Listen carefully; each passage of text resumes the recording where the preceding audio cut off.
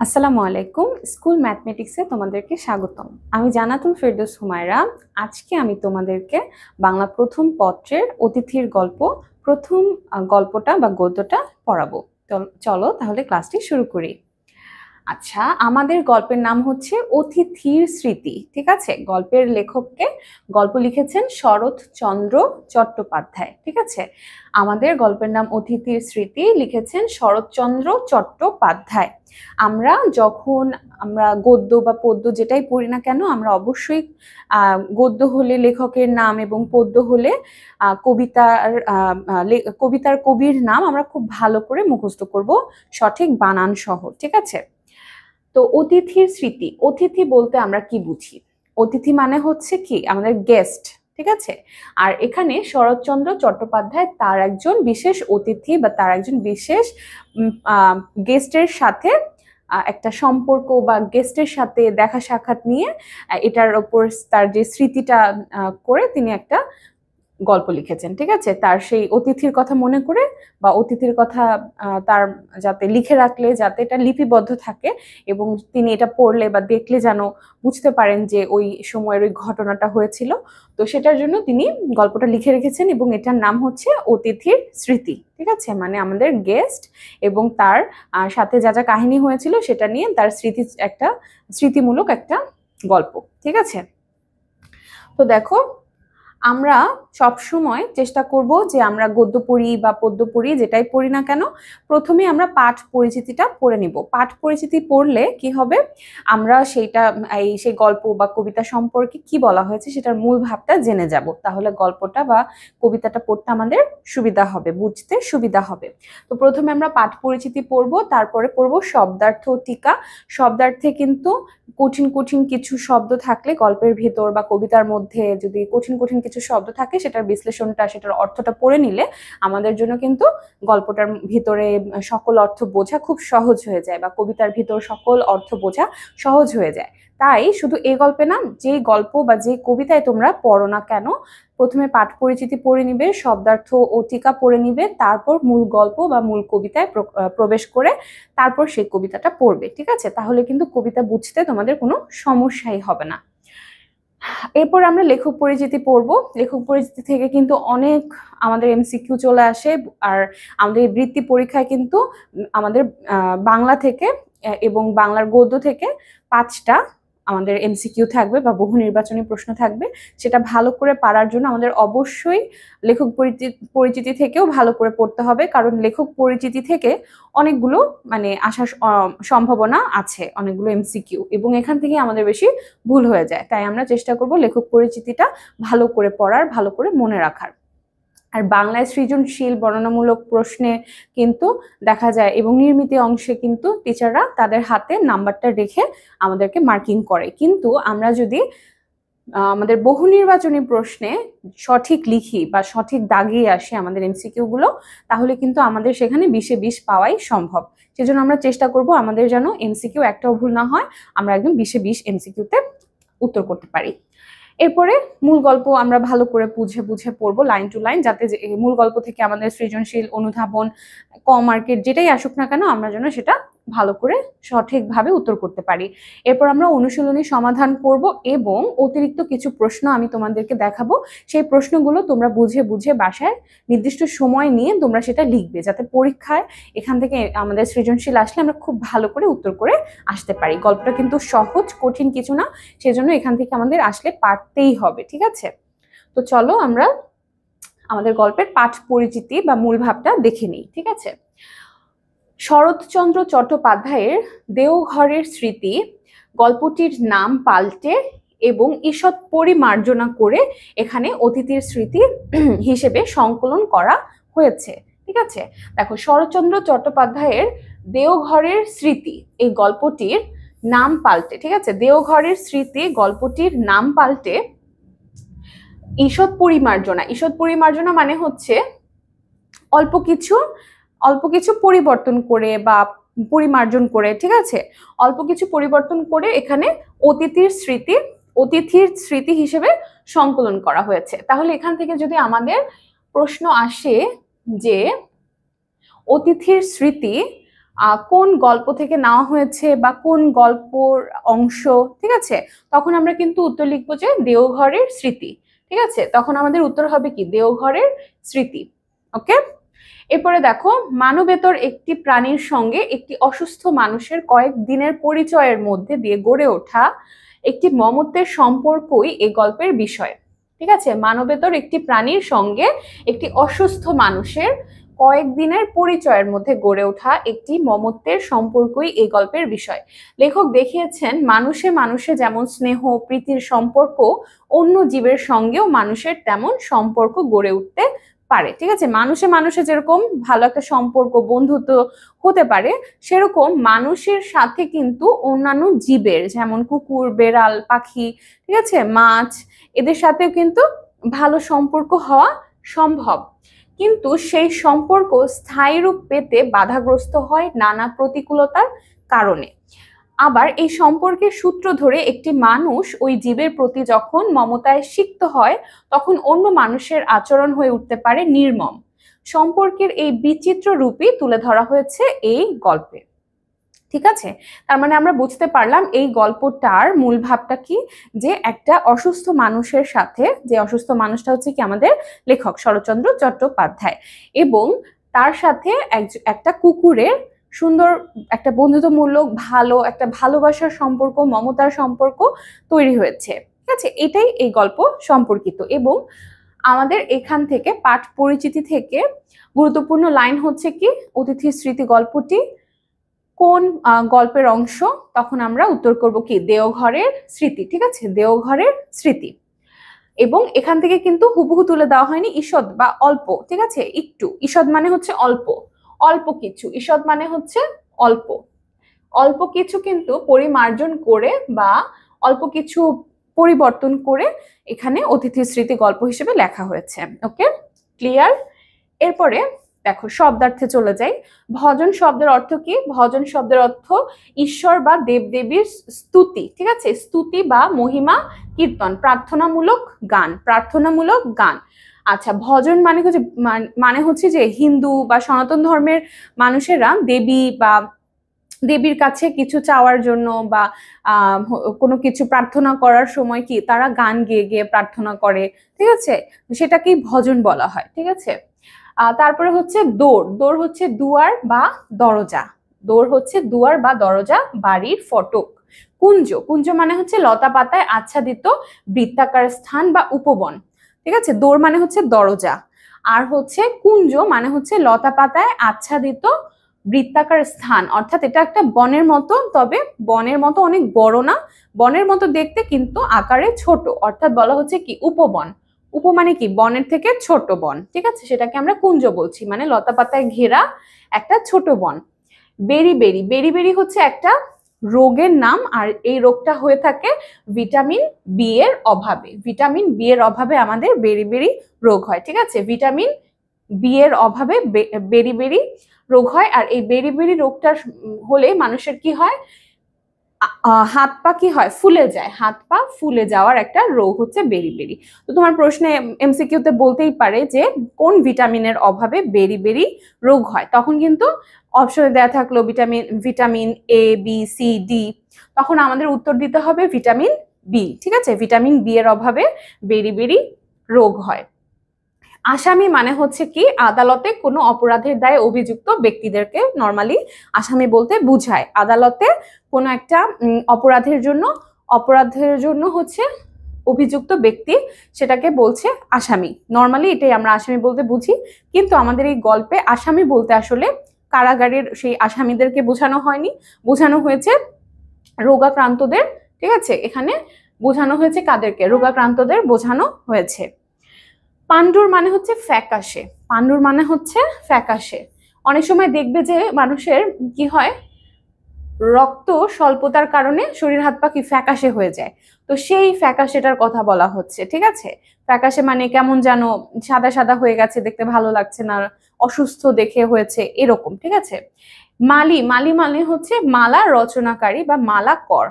মালি হচ্ছে মালা রচনাকারী বা মালাকর বা বেতনের বিনিময়ে বাগানের কাজে নিযুক্ত ব্যক্তি, অর্থাৎ বাগান পরিচর্যা যারা করে, ঠিক আছে, গাছের যত্ন নেয়, গাছ লাগায়, মাটি দেয়, এটা সেটা মানে বাগানের যত্ন করে, তাদেরকে আমরা নর্মালি মালি বলি।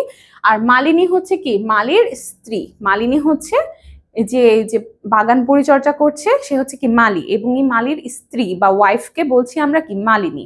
ওকে, ইজি। এরপরে দেখো লেখক পরিচিতিটা পড়ে ফেলি, তারপর আমরা মূল গল্পে যাব।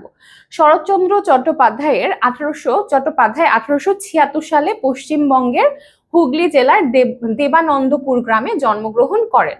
ঠিক আছে, আমাদের লেখকের জন্মস্থান এবং জন্ম সালটা খুবই গুরুত্বপূর্ণ, আমরা এটা মুখস্থ করে রাখবো যে শরৎচন্দ্র চট্টোপাধ্যায় কত সালে হচ্ছে জন্মগ্রহণ করেন।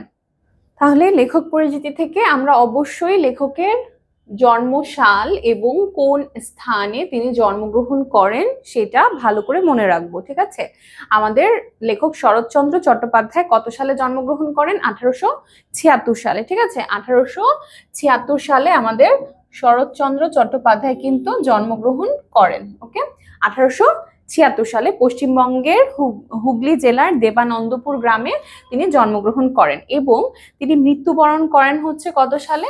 তিনি মৃত্যুবরণ করেন হচ্ছে 1938 খ্রিস্টাব্দের 16ই জানুয়ারি। ঠিক আছে, 1938 খ্রিস্টাব্দের 16ই জানুয়ারি তিনি কলকাতায় মৃত্যুবরণ করেন। 1938 খ্রিস্টাব্দের 16ই জানুয়ারি। ঠিক আছে, 16ই জানুয়ারি কলকাতায়। কোন স্থানে তিনি মৃত্যুবরণ করেছেন সেটাও আমাদের জন্য গুরুত্বপূর্ণ। কলকাতায় মৃত্যুবরণ করেন। ঠিক আছে, 1876 সালে তার জন্ম এবং তার মৃত্যু হচ্ছে 1938। বারবার বলে বলে মুখস্থ করতে হবে। ঠিক আছে, বারবার বলে পড়ে মুখস্থ করতে হবে, লিখে লিখে মুখস্থ করতে হবে। 1876 সালে জন্ম, 1938 সালে মৃত্যু। ঠিক আছে, এরপরে দেখো তার কৈশোর ও যৌবনের অধিকাংশ সময় অতিবাহিত হয় ভাগলপুরে মাতুলালয়ে। ঠিক আছে, ভাগলপুরে মাতুলালয়ে। মাতুলালয় মানে হচ্ছে মামার বাড়ি বা মায়ের সাইডের আত্মীয়ের বাড়ি, মানে নানির বাড়ি টাইপের বলা যেতে পারে। ঠিক আছে, তো মাতুলালয় এর শাব্দিক অর্থটা নর্মালি মামার বাড়ি, তবে এটা বলতে বোঝাচ্ছে কি মায়ের আত্মীয়ের সাইডের বাড়ি, মানে দাদার বাড়ি আত্মীয় বা বাবার হচ্ছে আত্মীয় সাইডের বাড়ি না, নানির বা মায়ের আত্মীয়ের সাইডের বাড়ি। ওকে, এরপর দেখো দারিদ্র্যের কারণে কলেজ শিক্ষা অসমাপ্ত থাকে। জীবিকার সন্ধানে রেঙ্গুন গমন ও সেখানে অবস্থানকালে 1903 থেকে 1916 সাহিত্য সাধনায় আত্মনিয়োগ করেন। ঠিক আছে, 1903 থেকে 1916 মধ্যে তিনি প্রাথমিকভাবে সেখানে কি সাহিত্য সাধনার মধ্যে আত্মনিয়োগ করে থাকেন। এবং দেখো জীবিকার সন্ধানে তিনি রেঙ্গুন গমন করেন। রেঙ্গুন হচ্ছে একটা স্থানের নাম, যেটা হচ্ছে মিয়ানমারের একটা বৃহত্তম জায়গা। ঠিক আছে, এরপরে দেখো 1907 সালে ভারতী পত্রিকায় বড়দিদি উপন্যাস প্রকাশিত হলে তার সাহিত্যিক খ্যাতি ছড়িয়ে পড়ে। এটা আমাদের জন্য খুবই গুরুত্বপূর্ণ লাইন। 1907 সালে ভারতী পত্রিকায় বড়দিদি উপন্যাস প্রকাশিত হলে তার সাহিত্যিক খ্যাতি ছড়িয়ে পড়ে। কত সালে ভারতী পত্রিকায় তার বড়দিদি উপন্যাসটি প্রকাশ হয়? 1907 সালে। আর কোন পত্রিকায় প্রকাশ হয় যদি আসে বড়দিদি উপন্যাসটি? তাহলে আমরা বলবো কি ভারতী পত্রিকায়। আবার এখান থেকে আসতে পারে যে ভারতী পত্রিকায় শরৎচন্দ্রের প্রথম কোন উপন্যাসটি 1907 সালে প্রকাশিত হয়, আমরা তখন লিখবো বড়দিদি। আবার আসতে পারে কি বড়দিদি একটা কি গল্প, উপন্যাস, কাব্য, গ্রন্থ কি? ঠিক আছে, মানে কোন ধরনের গ্রন্থ, তখন আমরা বলবো যে কি এটা একটা উপন্যাস। ঠিক আছে, এই তো এটা থেকে কিন্তু অনেকগুলো এমসিকিউ আসতে পারে এই লাইনটা থেকে, সো এটা আমরা খুবই ভালো করে মনে রাখবো, জন্ম মৃত্যু সাল মনে রাখবো। এরপর একের পর এক গল্প উপন্যাস লিখে তিনি এমন ভাবে পাঠক হৃদয় জয় করেন যে বাংলা সাহিত্যের সবচেয়ে জনপ্রিয় লেখকে পরিণত হন। সাধারণ বাঙালি পাঠকের আবেগকে তিনি যথাযথভাবে উপলব্ধি করতে পেরেছিলেন। তার বিখ্যাত উপন্যাসগুলোর মধ্যে রয়েছে, ঠিক আছে, তার উপন্যাসগুলো আমরা ভালো করে মনে রাখবো, পল্লী সমাজ, দেবদাস, শ্রীকান্ত, 4 খণ্ড, যেটা শ্রীকান্ত এখানে আসতে পারে যে শ্রীকান্ত কয়টি খণ্ডে বিভক্ত, আমরা যদি ভালো করে মনে না রাখি যেটার পাশে ব্র্যাকেটে 4 খণ্ড লেখা ছিল, তাহলে কিন্তু আমরা হঠাৎ করে আকাশ থেকে পড়বো যে এটা আবার কোথায় ছিল। ঠিক আছে, তাহলে আমরা মনে রাখবো শ্রীকান্ত উপন্যাসটি কয়টি খণ্ডে বিভক্ত, আমরা মনে রাখবো 4টি খণ্ডে বিভক্ত। গৃহদা, দেনা পাওনা, পথের দাবি, শেষ প্রশ্ন, ঠিক আছে, এগুলো আমাদের শরৎচন্দ্র চট্টোপাধ্যায়ের উপন্যাস। সাহিত্য প্রতিভার স্বীকৃতি হিসেবে তিনি কলকাতা বিশ্ববিদ্যালয় থেকে জাগত্তারিণী জগত্তারিণী স্বর্ণপদক, ঠিক আছে। দেখো, কলকাতা বিশ্ববিদ্যালয় থেকে তিনি জগত্তারিণী স্বর্ণপদক লাভ করেন। এটা আমরা মনে রাখবো যে কোন স্বর্ণপদকটা কোন বিশ্ববিদ্যালয় থেকে তিনি পেয়েছেন। কলকাতা বিশ্ববিদ্যালয় থেকে জগত্তারিণী স্বর্ণপদক পেয়েছেন এবং ঢাকা বিশ্ববিদ্যালয় থেকে কিন্তু তিনি ডি.লিট উপাধি লাভ করেছেন, ঠিক আছে।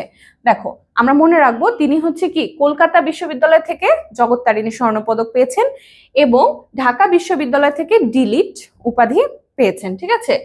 তাহলে আমাদের এখানে প্রশ্ন আসতে পারে যে কলকাতা বিশ্ববিদ্যালয় থেকে কোন উপাধি পেয়েছেন। হ্যাঁ, আমরা যদি মোটামুটি ভালো করে পড়ে থাকি আমরা দুইটার নাম জেনে থাকবো, একটা হচ্ছে জগত্তারিণী স্বর্ণপদক আর একটা হচ্ছে ডি.লিট। এখন ভাষা করে পড়েছি, আমি জানি না, যে তখন আমরা উত্তর দিয়ে দিব কি জগত্তারিণী স্বর্ণপদক ঢাকা বিশ্ববিদ্যালয় থেকে পেয়েছে। উত্তরটা কি হবে? হবে না, ভুল হবে। সেজন্য আমরা মনে রাখবো যে কলকাতা বিশ্ববিদ্যালয় থেকে জগত্তারিণী স্বর্ণপদক লাভ করেছেন আমাদের শরৎচন্দ্র চট্টোপাধ্যায় এবং ঢাকা বিশ্ববিদ্যালয় থেকে ডি.লিট উপাধি লাভ করেছেন, ঠিক আছে। এই দুইটা আমাদের এমসিকিউ চলে আসতে পারে। এরপরে হচ্ছে বাংলা সাহিত্যের এই কালজয়ী কথাশিল্পীর জীবনবসান ঘটে 1938 খ্রিস্টাব্দে 16 জানুয়ারি কলকাতায়, ঠিক আছে। আমাদের মৃত্যু সালটাও এবং মৃত্যুর স্থানটাও মনে রাখতে হবে। আর হচ্ছে ডিলিট মানে কিন্তু ওই যে আমরা ডিলিট করে দিই কোনো কিছু, সেটা না। এই ডিলিট মানে হচ্ছে ডক্টর অফ লিটারেচার, সাহিত্যের একটা ডিগ্রি, ঠিক আছে। এটা সাহিত্যের ডিগ্রি তিনি লাভ করেছেন।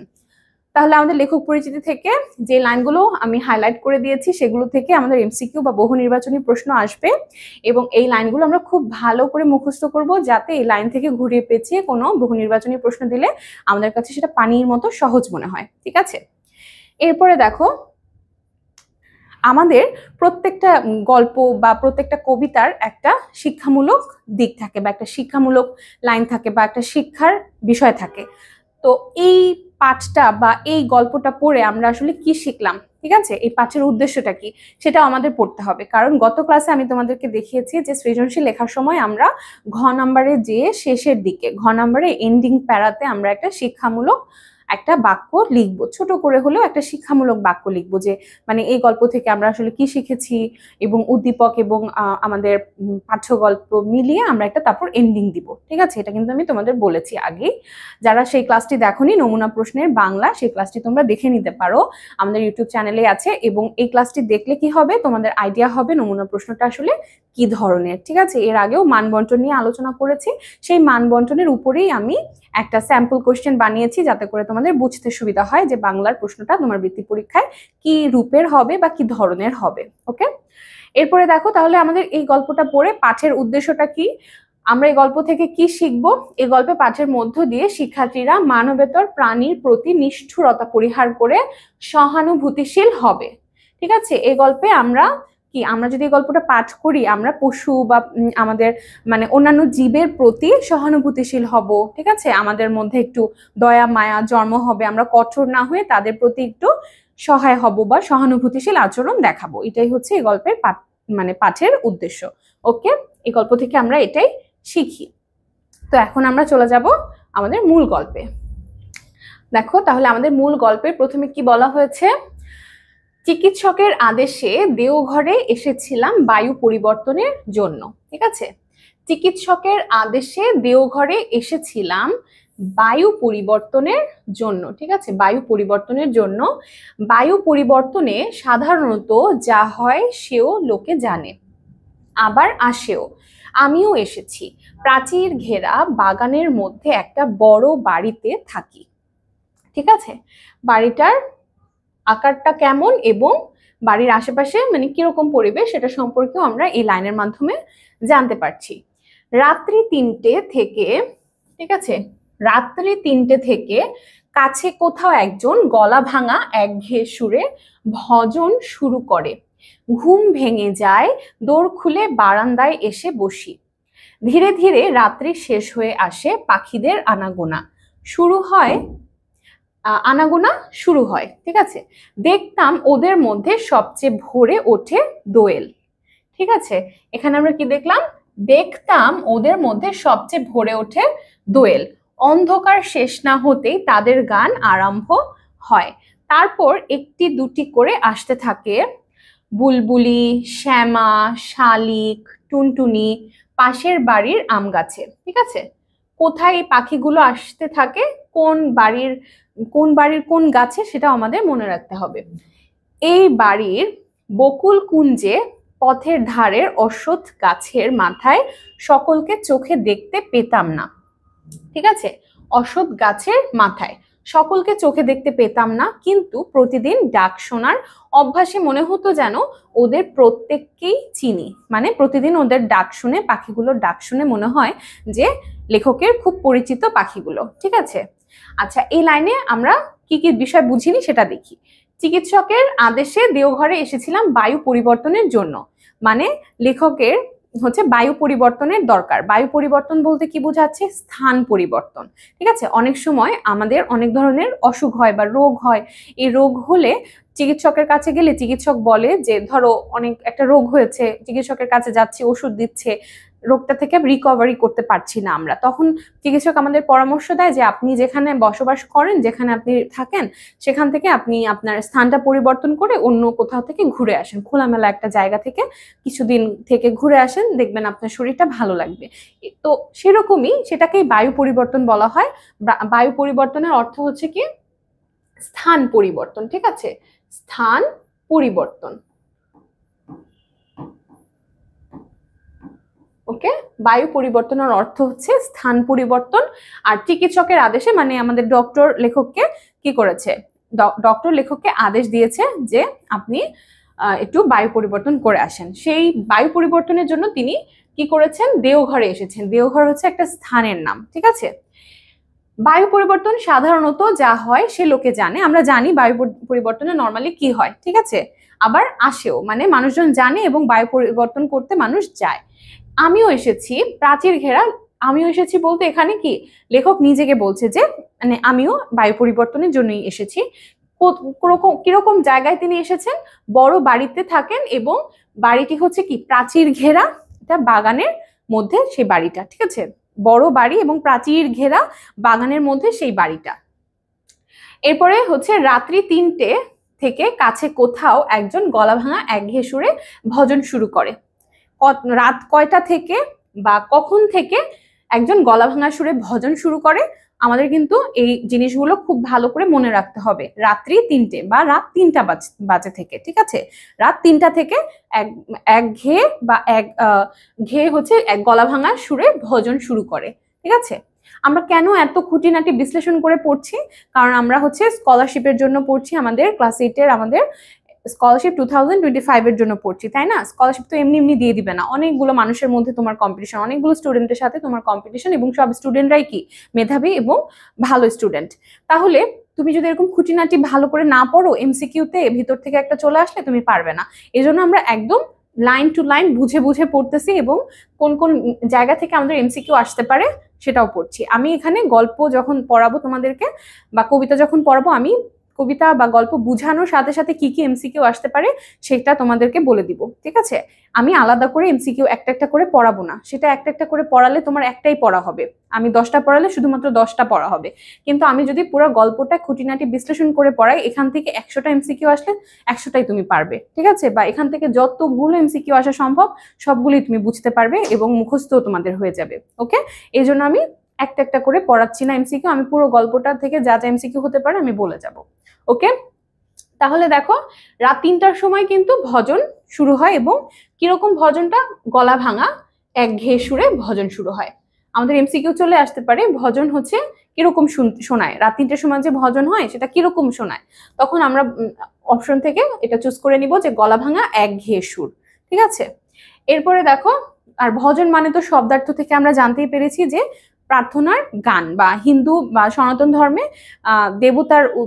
দেবতার উদ্দেশ্যে প্রার্থনা, দেবতার কাছে কিছু চাওয়ার সময় যে গান গাওয়া হয় সেটাই হচ্ছে ভজন। এরপর হচ্ছে ঘুম ভেঙে যায়, দরজা খুলে বারান্দায় এসে বসি, দোর খুলে বারান্দায় এসে বসি, ধীরে ধীরে রাত্রি শেষ হয়ে আসে, পাখিদের আনাগোনা শুরু হয়, দেখতাম ওদের মধ্যে সবচেয়ে ভরে ওঠে দোয়েল। এখানে এমসিকিউ আসতে পারে কি যে পাখিদের মধ্যে সবচেয়ে ভোরে কোন পাখি উঠে? দোয়েল পাখি উঠে। ঠিক আছে, এটা আমাদের মনে রাখতে হবে। অন্ধকার শেষ না হতেই তাদের গান আরম্ভ হয়, মানে গান বলতে এখানে পাখিদের কিচিরমিচিরের শব্দের কথা বলা হচ্ছে। তারপর একটি দুটি করে আসতে থাকে, মানে আরো পাখির কথা বলা হচ্ছে যে বুলবুলি পাখি আসে, শ্যামা পাখি আসে, শালিক পাখি আসে, টুনটুনি আসে, পাশের বাড়ির আম গাছে ঠিক আছে, এই পাখিগুলো কোথায় আসে? পাশের বাড়ির আম গাছে। ঠিক আছে, এই বাড়ির বকুল কুঞ্জে পথের ধারের অশ্বত্থ গাছের মাথায় সকলকে চোখে দেখতে পেতাম না। ঠিক আছে, অশ্বত্থ গাছের মাথায়, এবং সকলকে তিনি চোখে দেখতে পেতেন না, কিন্তু তাদের কিচিরমিচির প্রতিদিন শুনতে পান, সেজন্য মনে হয় যে পাখিগুলো তার চেনা। এখন এখান থেকে তোমাকে বলতে পারে যে কয়টা পাখির নাম তোমার এই অতিথির স্মৃতি গল্পে উল্লেখ রয়েছে। ঠিক আছে, এখান থেকে আমরা মোটামুটি আপাতত দোয়েল, বুলবুলি, শ্যামা, শালিক, টুনটুনি এ কয়টা পাখির নাম জানতে পেরেছি। আমরা সামনে যে হয়তো আরো কিছু জানতে পারবো। তো দেখো, হলদে রঙের একজোড়া বেনে বউ পাখি। ঠিক আছে, হলদে রঙের একজোড়া বেনে বউ পাখি একটু দেরি করে আসতো। তাহলে সবচেয়ে পাখিদের মধ্যে সবচেয়ে আগে কে আসতো? দোয়েল। এবং সবচেয়ে দেরি করে আসতো হচ্ছে, মানে একটু দেরি করে আসতো কোন পাখি? বেনে বউ পাখি। এবং এই বেনে বউ পাখির সংখ্যা কি ছিল? একজোড়া। ঠিক আছে, এই বেনে বউ পাখির রং কি? হলদে রঙের, মানে হলুদ রঙের। ওকে, প্রাচীরের ধারের ইউক্যালিপটাস গাছের সবচেয়ে উঁচু ডালটায় বসে তারা প্রত্যহ হাজিরা হেঁকে যেত। আর এই বেনে বউ পাখি কোন গাছের ডালে বসে মানে ডাকাডাকি করতো? প্রত্যহ হাজিরা হেঁকে যেত মানে কি? প্রতিদিন এসে এসে ডাকাডাকি করতো, পাখিরা কিচিরমিচির করতো। তাহলে এখানে আরেকটা গাছের নামও কিন্তু আমরা পেলাম, ইউক্যালিপটাস গাছ। এবং এর আগে আমরা অশ্বত্থ গাছ এবং কি আম গাছের নাম পেয়েছি। তাহলে তোমাকে বলতে পারে যে অতিথি স্মৃতি গল্পে কয়টা গাছের কথা উল্লেখ আছে? তাহলে আমরা আপাতত 3টা গাছের নাম জেনেছি। ওকে, উঁচু ডালটায় বসে তারা প্রত্যহ হাজিরা হেঁকে যেত। হঠাৎ কি জানি কেন দিন 2 এলো না, দেখে ব্যস্ত হয়ে উঠলাম, কেউ ধরলে না তো? এদেশে ব্যাধের অভাব নেই, পাখি চালান দেওয়াই তাদের ব্যবসা। কিন্তু তিন দিনের দিন আবার দুটিকে ফিরে আসতে দেখে মনে হলো যেন সত্যিকার একটা ভাবনা ঘুচে গেল। ঠিক আছে, অর্থাৎ লেখক প্রতিদিন তাদের দেখতো যে ইউক্যালিপটাস গাছে বসে এই হলদে রঙের 2টা বা একজোড়া বেনে বউ পাখি হচ্ছে ডাকাডাকি করতো, কিচিরমিচির করতো। এখন হঠাৎ তাদেরকে আবার তিনি দিন 2 হলো এলে না, মানে 2 দিন বা এরকম 2 দিনের কাছাকাছি হয়েছে, তারা আসছে না। এটা না আসার কারণে লেখককে একটু টেনশনে পড়ে গিয়েছে, চিন্তায় পড়ে গিয়েছে যে আসলে পাখি যারা বিক্রি করে তারা আবার ধরে তাদেরকে চালান করে দেয়নি তো, বা ধরে বিক্রি করে দেয়নি তো। আসলে এরা তো পাখি বিক্রি করে ধরে ধরে, তারা আবার ওই বেনে বউ পাখিকে বিক্রি করে দেয়নি তো, সেটা চিন্তা করছে। কিন্তু 3 দিনের দিন আবার তাদেরকে ফিরে আসতে দেখে এই টেনশনটা, এই চিন্তাটা তার ঘুচে গেল, বা চিন্তাটা আর থাকলো না। ওকে, এমনি করে সকাল কাটে, বিকেলে গেটের বাইরে পথের ধারে এসে বসি। ঠিক আছে, বিকেলে হচ্ছে লেখক কোথায় বসেন? বিকেলে গেটের বাইরে পথের ধারে এসে বসেন। নিজের সামর্থ্য নেই বেড়াবার, যাদের আছে, ঠিক আছে, যাদের আছে তাদের প্রতি চেয়ে চেয়ে দেখি। মানে নিজে তো একটু অসুস্থ, সেজন্য নিজের আসলে মানে শরীরে কুলায় না, বা শরীরে তিনি পেরে ওঠেন না, সেজন্য হচ্ছে ঘুরতে পারেন না। দেখতাম মধ্যবিত্ত গৃহস্থের ঘরে পীড়িতদের মধ্যে মেয়েদের সংখ্যাই ঢের বেশি। ঠিক আছে, মধ্যবিত্ত গৃহস্থের ঘরে পীড়িতদের মধ্যে মেয়েদের সংখ্যাই ঢের বেশি। ঢের বেশি মানে কি? অনেক বেশি বা খানিকটা বেশি। মানে এখানে বলছে যে দেখতাম, তিনি যে বসে বসে দেখতেন মানুষদেরকে, সেখানে তিনি দেখতে পেতেন যে মধ্যবিত্ত যে মেয়েরা আছে, মেয়েরা গৃহস্থের মানে কি ঘরের, ঠিক আছে, মধ্যবিত্ত ঘরের মেয়েদের মধ্যে অসুস্থ মেয়েদের সংখ্যাই বেশি, অসুস্থ মেয়েদের সংখ্যাই অনেক বেশি। তিনি এটা দেখতেন, ঢের মানে অনেক। প্রথমেই যেত পা ফুলো ফুলো অল্প বয়সী একদল মেয়ে। তো প্রথমে কারা যেত? পা ফুলো ফুলো অল্প বয়সী মেয়েরা যেত। ঠিক আছে, এখান থেকে আমাদের এমসিকিউ আসতে পারে। প্রথমেই কারা যেত? পা ফুলো ফুলো অল্প বয়সী একদল মেয়ে, অল্প বয়সী একদল মেয়ে যেত। এবং তারা কি, তাদের মানে অবস্থাটা কিরকম ছিল? পা ফুলো ফুলো। বুঝতাম এরা বেরিবেরির আসামি। ঠিক আছে, বুঝতাম এরা বেরিবেরির আসামি। বেরিবেরি এক প্রকার রোগ, যেটা আমরা শব্দার্থে পড়েছি যে ভিটামিন বি এর অভাবে বেরিবেরি রোগ হয়। তাহলে এই যে অল্প বয়সী একদল মেয়ে যেত প্রথমে, তাদের পা ফুলা। কেন তাদের পা ফুলা? কারণ তাদের বেরিবেরি রোগ হয়েছে। এবং আসামি বলতে বোঝাচ্ছে কি, মানে এই রোগে তারা আক্রান্ত, এই রোগে তারা রোগাক্রান্ত। ঠিক আছে, ফোলা পায়ের লজ্জা ঢাকতে বেচারাদের কত না যত্ন। ঠিক আছে, মানে এই অসুস্থ, এই মানে তারা যে অসুস্থ, তাদের পা ফুলে আছে, এটার জন্য তারা হচ্ছে অস্বস্তি বোধ করছে যে মানুষ তাকিয়ে থাকবে, দেখবে। এইটা ঢাকার জন্য হচ্ছে তারা কি করতো? মানে চেষ্টা করতো। কত না যত্ন মানে কি? খুব চেষ্টা করতো এটা ঢাকার জন্য। মোজা পরার দিন নয়, গরম পড়েছে, তবু দেখি কারো পায়ে আট করে মোজা পরা। ঠিক আছে, আমরা শীতকালে মোজা নর্মালি পরে থাকি মেয়েরা, তাই না? তো ছেলেরা আবার অফিসে বা ফর্মাল পরলে মোজা পরে নর্মালি সবসময়, কিন্তু মেয়েরা কি নর্মালি মোজা সবসময় পরে না। তারা কি করে, শীতকালে হয়তো জুতা পরলে মোজা পরে বা ঠান্ডার জন্য মোজা পরে, কিন্তু গরম পড়েছে কিন্তু এই মেয়েগুলো মোজা পড়েছে কেন? পাটা ঢাকার জন্য, তার রোগটা যাতে দেখা না যায়, ফুলা পাটা যেন বোঝা না যায়, সেজন্য মোজা পরে চলছে। ঠিক আছে। কেউ বা দেখলাম মাটি পর্যন্ত লুটিয়ে কাপড় পরেছে, সেটা পথ চলার বিঘ্ন। বিঘ্ন মানে হচ্ছে বাধা, মানে পথ চলার বাধা। ঠিক আছে। বলা হচ্ছে কি যে কেউ আবার কি করেছে, মানে পা একদম মাটি পর্যন্ত জামা পরেছে, সেই জামাগুলো মানে লম্বা অনেক বেশি, তো এই জন্য হাঁটতে বাধা সৃষ্টি করছে বা হাঁটতে সমস্যার সৃষ্টি করছে। তবু কৌতূহলী লোকচক্ষু থেকে তারা বিকৃতিটা আড়াল রাখতে চায়। ঠিক আছে। কি বলা হচ্ছে, কৌতূহলী লোকচক্ষু থেকে তারা বিকৃতিটাকে আড়াল রাখতে চায়, মানে এই যে তাদের পায়ের ফুলে পাটা বিকৃতি হয়ে যাচ্ছে, আকারটা নষ্ট হয়ে যাচ্ছে পায়ের, এটা লোকচক্ষু মানে কি মানুষজনের চোখ থেকে এটা আড়াল করতে চায়, যাতে মানুষজন, এটা তো আসলে তাদের রোগ, এটা তো তারা আর ইচ্ছা করে হয়নি, একটা রোগ মানুষ কি ইচ্ছা করে হয়? এটার উপর তো তাদের হাত নেই, কিন্তু তারা কি মানে খুব অস্বস্তি বোধ করে যখন মানুষরা তাদেরকে দেখে, তাকিয়ে থাকে।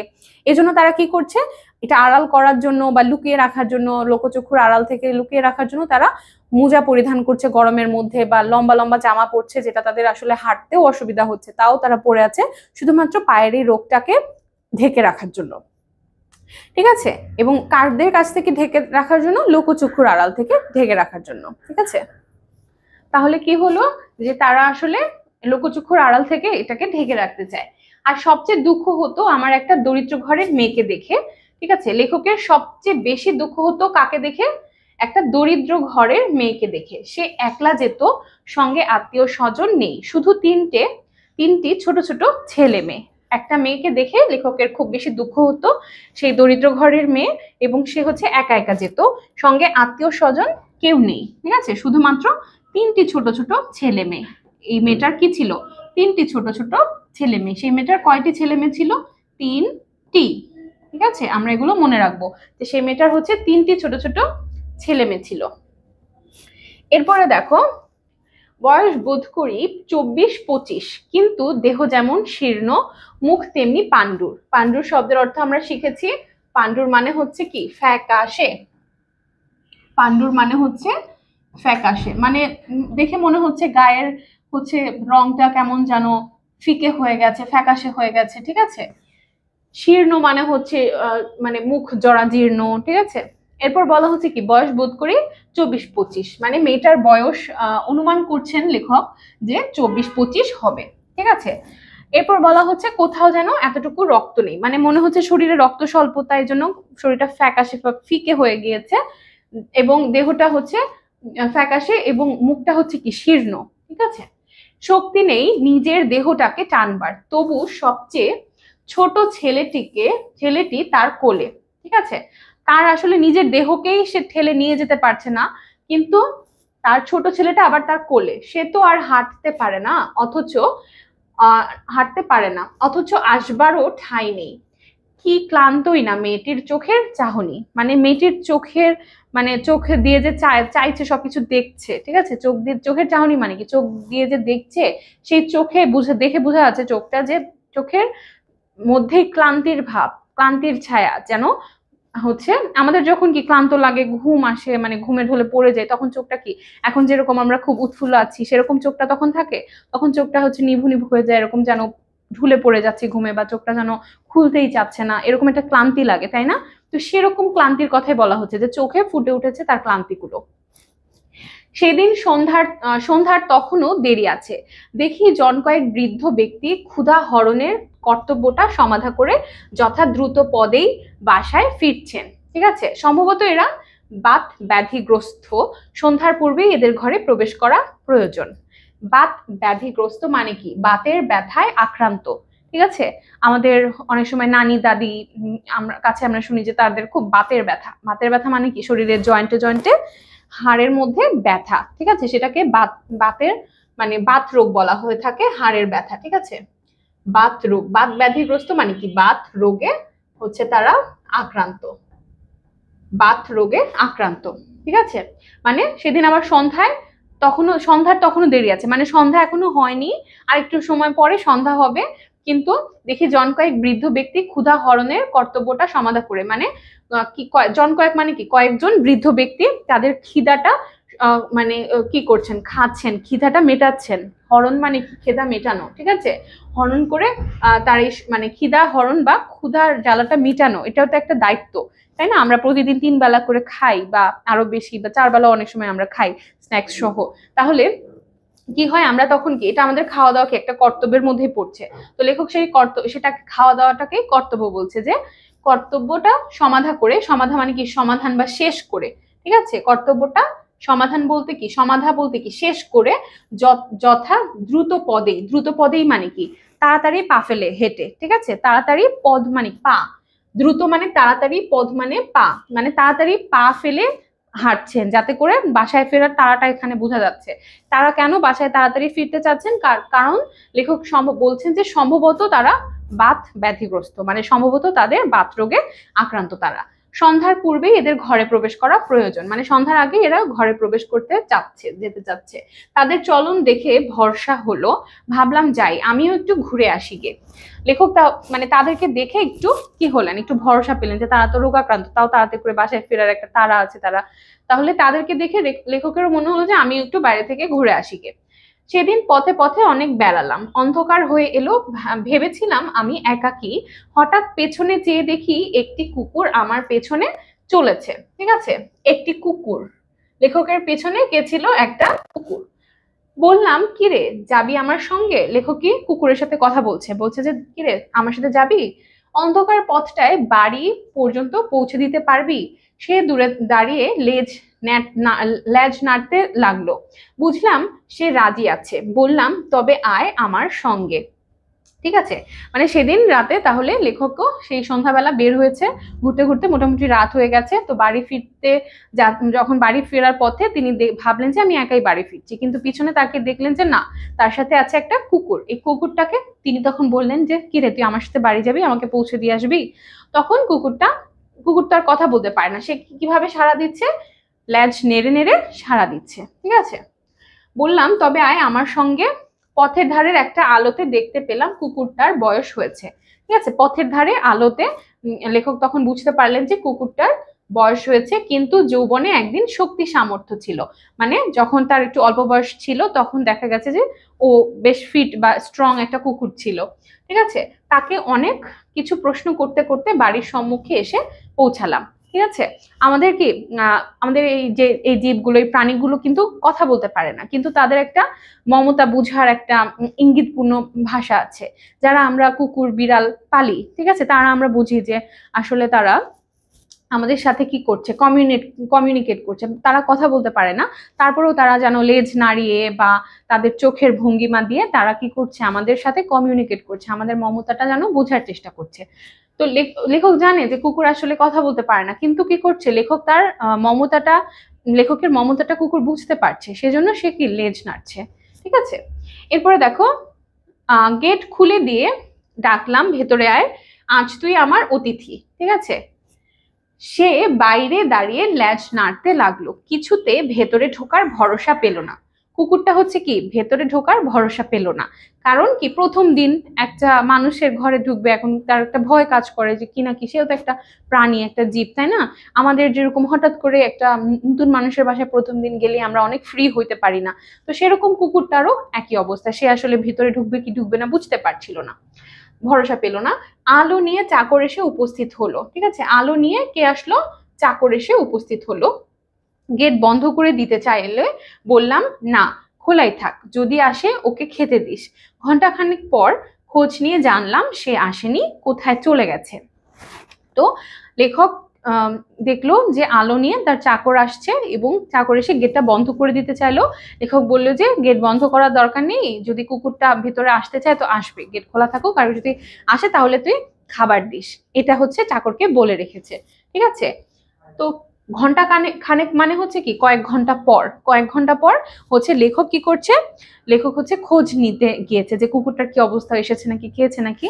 তখন হচ্ছে খোঁজ নিতে এসে দেখে যে কুকুরটা আসেনি, কোথায় যেন চলে গেছে, এটা সে জানতে পারে।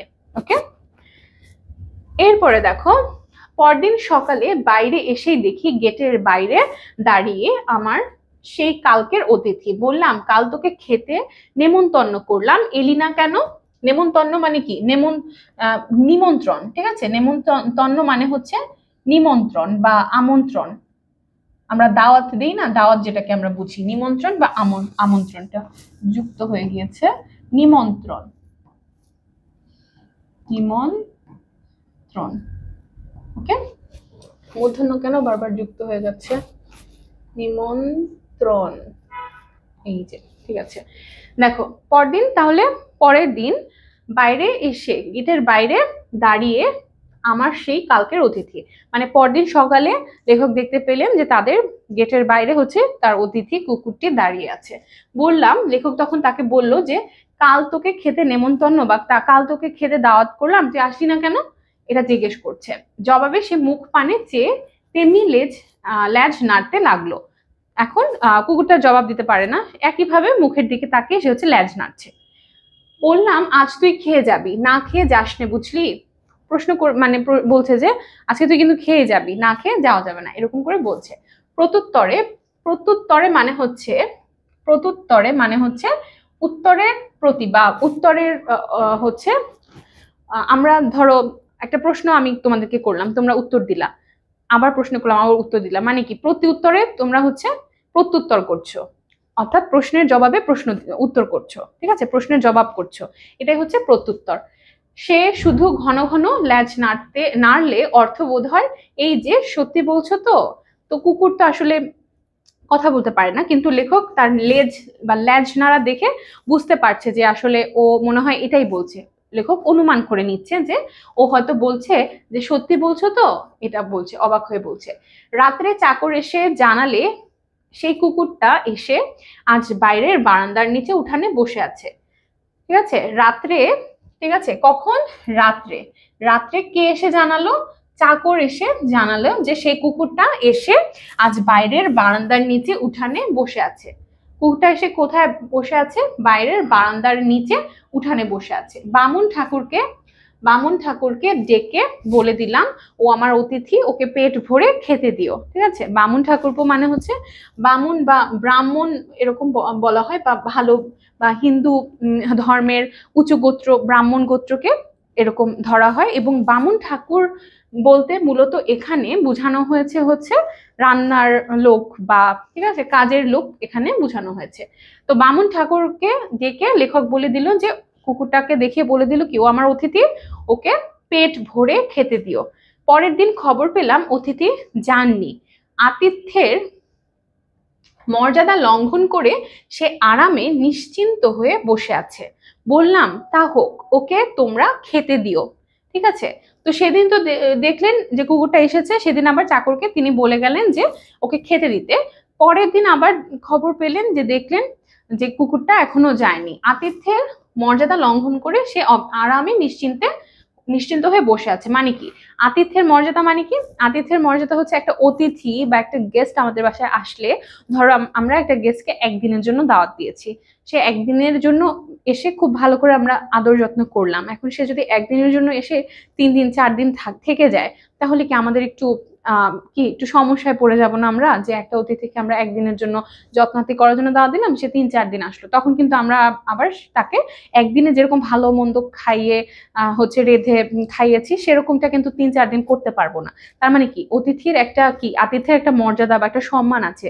তিনি যদি সেইটা লঙ্ঘন করে বেশি দিন থেকে যায়, তাহলে কিন্তু সে আর সম্মান বা মর্যাদাটা সেরকম ভাবে পান না, ঠিক আছে? তাহলে আতিথ্যের মর্যাদা বলতে বোঝানো হচ্ছে কি অতিথির যে সম্মান বা মর্যাদাটা, ঠিক আছে? তো কুকুরটাকে ওই দিন খেতে বলেছে লেখক, কিন্তু কুকুরটা ওই দিনও থেকে আবার পরের দিনও মানে পরের দিনও সে হচ্ছে যান নাই, পরের দিনও আছেন। তার মানে বোঝানো হচ্ছে কি লেখক একদিনের জন্য ডেকেছে, সে হচ্ছে কি পরের দিনও আছে, 2 দিন ধরে আছে। তার মানে হচ্ছে কি তার আতিথ্যের মর্যাদাটা লঙ্ঘন হয়েছে। তারপরও লেখক চাকরদেরকে বলছে যে থাক, ওকে তাও খেতে দিও, ঠিক আছে? আমি জানতাম প্রত্যহ খাবার তো অনেক ফেলা যায়, এতে কারো আপত্তি হবে না, কিন্তু আপত্তি ছিল, এবং অত্যন্ত গুরুতর আপত্তি। আমাদের বাড়িতে খাবারের যে প্রবল অংশীদার ছিল এ বাগানের মালিনী, ঠিক আছে? লেখকের বাড়ির যে অবশিষ্ট খাবার, সেই খাবারে প্রবল মানে কি অনেক বেশি বা গুরুতর, ঠিক আছে। আচ্ছা, এখানে বোঝানো হচ্ছে কি, এই যে প্রবল, প্রবল মানে হচ্ছে অনেক বেশি, ঠিক আছে, অনেক বেশি। এই বাড়ির যে বেঁচে যাওয়া খাবার, সেই খাবারে অনেক বেশি হচ্ছে অংশীদার কে ছিল, এ বাড়ির যে গাছ বা বাগান পরিচর্যা যে করে সেই মালি, সেই মালির স্ত্রী অর্থাৎ মালিনী, ঠিক আছে, সেই বাড়ির মালির স্ত্রী মালিনীর অনেক বেশি অংশীদার হচ্ছে কি এই বেঁচে যাওয়া খাবারের উপর তার অংশীদার বেশি, ঠিক আছে। আমি জানতাম না, আমি জানতাম না মানে লেখক এটা জানতেন না, লেখক এটা জানতেন না। তার বয়স কম, দেখতে ভালো এবং খাওয়ার সম্বন্ধে নির্বিকার চিত্ত, মানে তার বয়স কম এবং দেখতে ভালো সুন্দর, কিন্তু সে আবার অনেক যে বেশি খায় তাও না, সে হচ্ছে খাবার সম্পর্কে নির্বিকার চিত্ত, মানে খাবার সম্পর্কে তার কোনো সে নাই। তারপরও হচ্ছে চাকরদের দরদ তারপরেই বেশি, মানে বাকি যারা চাকর আছে তাদের দরদ এই মালিনীর উপরই বেশি, এটাই বোঝা যাচ্ছে, মালিনীর প্রতি তাদের বেশি দরদ। অতএব আমার অতিথি করে উপবাস। উপবাস মানে হচ্ছে না খেয়ে থাকা, ঠিক আছে, উপবাস মানে হচ্ছে না খেয়ে থাকা। তাহলে বোঝানো হচ্ছে যে লেখক যে তাদেরকে খাবার দিতে বলছেন, কিন্তু লেখক জানতেন যে প্রতিদিন অনেকটা খাবার ফেলা যায়, যে খাবারগুলো বেঁচে যায় প্রতিদিন, প্রত্যহ মানে হচ্ছে প্রতিদিন। তো লেখক ভেবেছেন যে প্রতিদিন তো অনেক খাবার বেঁচে যায়, তাহলে এই খাবারগুলো আমার অতিথি কুকুরকে মানে দেয়া হবে, সে খাবে, এরকম একটা ধারণা তার মধ্যে ছিল। কিন্তু পরে তিনি জানতে পারলেন যে এই খাবারগুলো আসলে অন্য কাউকে দেওয়ার জন্য হচ্ছে অত্যন্ত গুরুতর আপত্তি রয়েছে, এবং এই খাবারের অংশীদারকে এই বাড়ির যে মালি আছে তার মালির স্ত্রী মালিনীর, এবং অন্যান্য চাকর বাকরও মালিনীকে বেশ মানে বেশ কি করে দরদ দেখায় বা বেশ মায়া দয়া করে, ঠিক আছে। এরপরে কি বলছে, এই যে এই জন্য এই মালিনীর জন্য কি করে, তার কুকুরটা কি করছে, তার অতিথিটা কুকুরটা হচ্ছে উপবাস করছে, না খেয়ে আছে। বিকালে পথের ধারে গিয়ে বসি, দেখি অতিথি আগে থেকেই বসে আছে ধুলোয়। বিকালবেলা তখন পথের ধারে যখন লেখক বসলেন, তখন দেখলেন যে তার অতিথি নিচে ধুলার মধ্যে বসে আছে আগে থেকেই, ঠিক আছে, তার অতিথি কুকুরটা ধুলার মধ্যে আগে থেকেই বসে আছে। এরপরে দেখো, বেড়াতে বের হলে সে হয় পথের সঙ্গী, জিজ্ঞাসা করি, হ্যাঁ অতিথি, আজ মাংস রান্নাটা কেমন হয়েছিল রে। ঠিক আছে, বেড়াতে বের হলেও অতিথি বা তার যে পথের সঙ্গীটা কে হয়, তার সেই এই অতিথি কুকুরটা তার পথের সঙ্গী হয়, ঠিক আছে। এবং লেখক তার সাথে কথা বলে, জিজ্ঞেস করে যে আজ মাংস রান্নাটা কেমন হয়েছে, ঠিক আছে, কেমন হয়েছিল, হাড়গুলো চিবোতে লাগলো কেমন। সে জবাব দেয় ল্যাজ নেড়ে, মনে করি মাংসটা তাহলে ওর ভালোই লেগেছে। জানি নে যে মালির বউ তারে মেরে ধরে বার করে দিয়েছে, বাগানের মধ্যে ঢুকতে দেয় না, তাই ও সম্মুখের পথের ধারে, ঠিক আছে, সম্মুখের মানে সামনের, সামনের হচ্ছে পথের ধারে সে হচ্ছে কি বসে কাটায়, সম্মুখের মানে সামনের, সামনের পথের ধারে বা রাস্তার ধারে সে হচ্ছে বসে কাটায়। আমার চাকরদেরও তাতে সায় ছিল, সায় ছিল মানে কি, তা ওই বাকি চাকররাও হচ্ছে এই মালিনীর সাথেই একমত ছিল, ঠিক আছে। তাহলে বলা হচ্ছে কি, বেড়াতে গেলে কুকুরটা তার সঙ্গী হয়, কুকুরটাকে সে কথা বলে, জিজ্ঞেস করে অনেক কিছু, তার মধ্যে সে জিজ্ঞেস করে যে মাংস রান্নাটা কেমন হয়েছিল, হাড় চেবাতে তোর কেমন লেগেছিল, ঠিক আছে। কুকুরটা হচ্ছে লেজ বা ল্যাজ নাড়ে। এখন এটা দেখে লেখক ভাবে যে ওর নাকি ওর বোধহয় মজাই লেগেছে, সেজন্য ল্যাজ নাড়ছে, কিন্তু আসলে মূল ঘটনাটা কি, যে কুকুরকে মালিনী খাবারই দেয় না, সে কি করে মেরে ধরে কুকুরকে তাড়িয়ে দেয়, বাগানের ভিতরেই প্রবেশ করতে দেয় না। এবং এই কাজটা, মারা ধরার এই কাজটার মধ্যে অন্যান্য চাকররাও জড়িত ছিল, বা অন্যান্য চাকররাও এতে কিছু বলতো না, মালিনীর সাথেই একমত ছিল বা সায় ছিল তাদের। হঠাৎ শরীরটা খারাপ হলো, দিন দুই নিচে নামতে পারলাম না, ঠিক আছে, 2 দিনের মতো তিনি হচ্ছে কি নিচে নামতে পারেননি। দুপুরবেলা উপরের ঘরে বিছানায় শুয়ে খবরের কাগজটা যে মাত্র পড়া হয়ে গেছে, জানালার মধ্য দিয়ে বাইরে রৌদ্রতপ্ত নীল আকাশের পানে চেয়ে অন্য মনস্ক হয়ে ভাবছিলাম, সহসা খোলা দৌড় দিয়ে সিঁড়ির উপর ছায়া পড়লো কুকুরের। মুখ বাড়িয়ে দেখি অতিথি দাঁড়িয়ে ল্যাজ নাড়ছে। দুপুরবেলা চাকরেরা সব ঘুমিয়েছে, ঘর তাদের বন্ধ, এই সুযোগে লুকিয়ে সে একেবারে আমার ঘরের সামনে এসে হাজির। দেখো, চাকররা চাকর বাকর সব ঘুমিয়ে গেছে, দুপুরবেলা তাদের দরজা লাগানো। সেই সুযোগে কুকুরটা বুঝতে পেরেছে যে যারা তাকে মারে তারা তো এখন বন্ধ, তারা নেই। তো সেই সুযোগে সে যে তাকে মমতা বা স্নেহ করছে সে তার কাছে ছুটে গিয়েছে, লেখকের কাছে ছুটে গিয়েছে। তারপরে কি বলছে যে ভাবলাম দুদিন দেখতে পাইনি, তাই বুঝি আমাকেও দেখতে এসেছে। ঠিক আছে, কুকুররা কিন্তু অনেক মনিভক্ত হয়। ঠিক আছে, এই যে এতদিন মানে কুকুরটাকে লেখকটা খেতে দিতে বলছে চাকরদের, চাকর বাকররা খেতে দিচ্ছে না, তাও কুকুরটা মমতাটা বুঝতে পারছে যে লেখক যে তাকে তার সাথে সুন্দর করে কথা বলছে, আদর পূর্ণ ভাষায় কথা বলছে, সেটা কিন্তু সে বুঝতে পারছে। এই জন্য সে ল্যাজ নেড়ে আবার সাড়াও দিচ্ছে। ঠিক আছে, কুকুর তার কথাটা বুঝতে না পারলেও তার যে মমতাময় ভাষাটা, মমতাটা, সেটা কিন্তু বুঝতে পারছে। এই জন্যই হচ্ছে 2 দিন লেখককে দেখে নাই, লেখক অসুস্থ, নিচে নামতে পারেনি, তাই দেখে নাই, সে যেন আকুল হয়ে উঠেছে। সেজন্য যখন দেখেছে সব চাকর বাকর ঘুমিয়ে আছে, সে একদম তার ঘরের সামনে চলে গিয়েছে। ঠিক আছে, এখন লেখক বলছে যে আমাকে বুঝিও দেখতে এসেছে, 2 দিন তো দেখে নাই, সেজন্য ডাকলাম আয় অতিথি, ঘরে আয়। সে এলো না, সেখানে দাঁড়িয়ে ল্যাজ নাড়তে লাগলো। জিজ্ঞাসা করলাম খাওয়া হয়েছে তো তোর, খাওয়া হয়েছে তো রে, কি খেলি আজ? মানে কুকুরকে জিজ্ঞেস করছে লেখক যে আজকে তোর খাওয়া হয়েছে তো, কি খেয়েছিস, এরকম করে জিজ্ঞেস করছে। এবং দাঁড়িয়ে ল্যাজ নাড়লো, সে এলো না। এবং অতিথিকে কিন্তু লেখক আবার কি করছেন, ঘরে ডাকছেন। মানে লেখকের আমরা বুঝতে পারছি যে লেখক কি এই প্রাণীর প্রতি, কুকুরের প্রতি খুব ভালোবাসা সিক্ত, মমতাপূর্ণ, এবং সে কিন্তু তাকে ঘরেও আসতে বলছে, কিন্তু কুকুরটা আসছে না, কিন্তু ল্যাজ আবার ঠিকই সে নাড়ছে। এরপরে দেখো, হঠাৎ মনে হলো ওর চোখ দুটো যেন ভিজে ভিজে, যেন গোপনে আমার কাছে কি একটা নালিশও জানাতে চায়। চাকরদের হাঁক দিলাম, ওদের দোর খোলার শব্দে অতিথি ছুটে পালালো। ঠিক আছে, জিজ্ঞেস করলাম হ্যাঁ রে, কুকুরটাকে আজ খেতে দিয়েছিস? তখন চাকর বলছে কি আগে না, মালি বউ ওরে তাড়িয়ে দিয়েছে, যে মালি বউ ওকে তাড়িয়ে দিয়েছিল, এজন্য ওরা খেতে দেয়নি ওকে। ঠিক আছে, আর কুকুরটা কি করছে, লেখকের দিকে তাকিয়ে, মানে লেখক তো জিজ্ঞেস করছে যে আজ খাওয়া হয়েছে কিনা, এটা সে বুঝতে পারছে হয়তো, এই জন্য সে চোখটা তার ভেজা ভেজা হয়ে আছে। ঠিক আছে, মায়া লাগছে তাকে দেখে, এরকম লাগছে। তারপরে হচ্ছে লেখকের কাছে মনে হচ্ছে কি সে যেন একটা নালিশ করতে চায় বা কিছু একটা জানাতে চায় লেখকের কাছে। এরপরে হচ্ছে চাকরদের হাঁক দিলাম, হাঁক দিলাম মানে হচ্ছে কি ডাক দিলাম। হ্যাঁ, লেখক হচ্ছে চাকরদেরকে ডাক দিলেন, লেখক চাকরদেরকে ডাক দিলেন। তারপর বলছে কি ওদের দরজা খোলার, দোর শব্দের অর্থ হচ্ছে দরজা, আমরা শব্দার্থে জানতে পেরেছি দৌড় শব্দের অর্থ দরজা। দরজা খোলার শব্দেই অতিথি হচ্ছে ছুটে দৌড়ে পালিয়ে গেল। তো চাকর বাকরকে লেখক জিজ্ঞেস করছে যে হ্যাঁ রে, কুকুরটাকে আজ খেতে দিয়েছিস? তখন তারা বলছে আগে না, মালি বউ ওরে তাড়িয়ে দিয়েছে। ওরে মানে কি ওকে, মালি বউ ওকে তাড়িয়ে দিয়েছে, মালির বউ ওকে তাড়িয়ে দিয়েছে।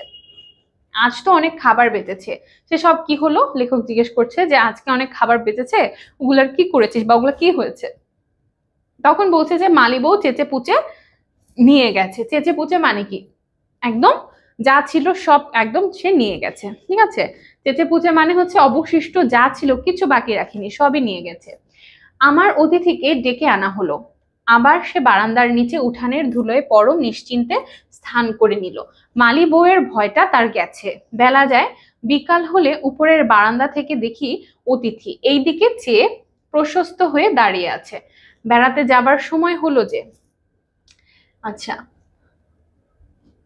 শরীর সারলো না, দেওঘর থেকে বিদায় নেবার দিন এসে পড়লো। আচ্ছা, এখানে বলছে যে কুকুর তো প্রতিদিন লেখকের সাথে, লেখক যখন হাঁটতে যেত লেখকের পিছে পিছে যেত, তাই না, সব জায়গায়। তো আজকেও তার মনে হলো যে এই সময়টা লেখক বিকালবেলা বের হবে। ঠিক আছে, এই জন্য সে বারান্দার নিচে উঠানে বসে আছে, যেন বিকাল হলে লেখক যাতে তার সাথে হাঁটতে যায়, এটা তার মনে আছে। এই জন্য সে ওরকম করে অপেক্ষা করছে যে লেখক বিকালে তার সাথে হাঁটতে যাবে, এটা মনে করছে সে। এই জন্য সে কি প্রশস্ত হয়ে বা লম্বা হয়ে দেখছে যে আসলে লেখক যাবে কিনা। ঠিক আছে, তার ভাবটা বুঝতে চেষ্টা করছে। বেড়াতে যাবার সময় হলেছে, মানে প্রতিদিন এই টাইমে বেড়াতে যায়, সেটা কুকুর বুঝতে পারছে, সেজন্য সে যেন বেড়াতে যাওয়ার জন্য রেডি হয়ে আছে, লেখকের অপেক্ষা করছে যে লেখক আসলেই সে বেড়াতে যাবে লেখকের সাথে। ওকে, এরপরে দেখো, শরীর সারলো না, দেওঘর থেকে বিদায় নেবার দিন এসে পড়লো, তবু দিন দুই দেরি করলাম। লেখক কিন্তু 2 দিনের মতো সে দেরি করলো, নানা ছলে দেরি করলো। আজ সকাল থেকে জিনিস বাঁধাবাঁধি শুরু হলো, দুপুরের ট্রেন, গেটের বাইরে সার সার গাড়ি এসে দাঁড়ালো, মালপত্র বোঝাই দেওয়া চললো। অতিথি মহা ব্যস্ত, কুলিদের সঙ্গে ক্রমাগত ছুটোছুটি করে খবরদারি করতে লাগলো, কোথাও যেন কিছু খোয়া না যায়। খোয়া মানে কি? হারানো বা হারিয়ে যাতে না যায়। খোয়া মানে হারিয়ে, ঠিক আছে? হারিয়ে যাতে না যায় সেজন্য অতিথি যেন পাহারা দিচ্ছে, ঠিক আছে? হারিয়ে যাতে না যায় সেজন্য অতিথি যেন পাহারা দিচ্ছে। খোয়া মানে হচ্ছে হারিয়ে।